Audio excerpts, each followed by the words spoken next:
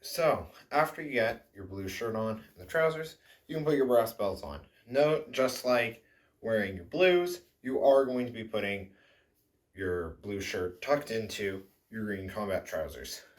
Next thing you're going to need, you're going to grab your tunic. Just like your blues, or in your blue uniform, you're going to be wearing a tunic. This one, though, is a lot lighter. It's not made out of the polyester that ours are made out of. So, put it on, like that. And it's done in a little different way.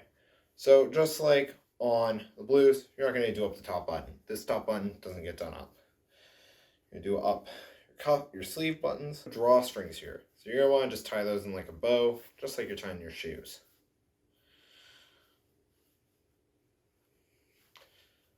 And you'll cover that up. What that's doing is it's cinching the upper part of the torso. The rest of this up. And at the bottom here, you take these two drawstrings. There should be another set. Cross them over, around, do this. And what you're going to do is you're going to take the two ends here, you're going to loop them around once. What this does is it hides those two bottom strings out of the way. So that's top of your tunic. That's that. Now, this little flap here, you can unbutton it. That's where your rank slide will go. So, for example, that's mine. Make sure you're putting it on the correct way. There's that. Just go straight right in there.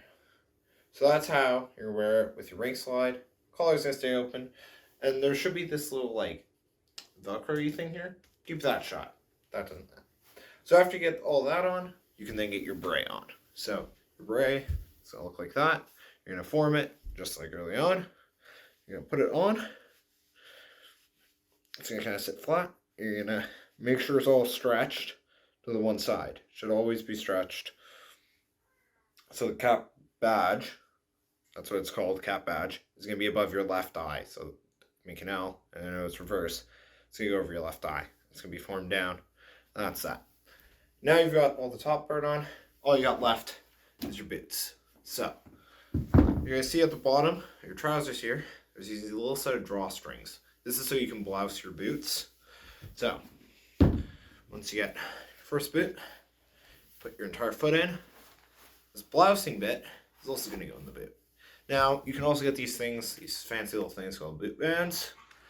They come in two different designs. There's like these ones, and then there's ones that are more elastic. But what you're doing with these is you're putting them around so you can blouse the bottom of your boots.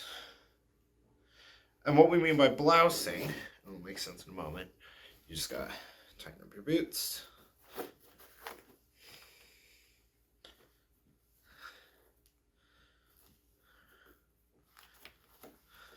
And tuck the drawstring. Tuck your shoelace in. Is this little bit here, it's gonna get folded so it's flat with the top of your boot. So it'll make sense when I do it here in a moment. Now you can do this in one of two ways. You can do it with drawstrings. So you'll just pull these out and tie them. And what you're gonna do is you're gonna wrap and kind of curve the cuff there. So it creates kind of like this effect. Mine's not great. And if you use boot bands, you'll just put the band around first.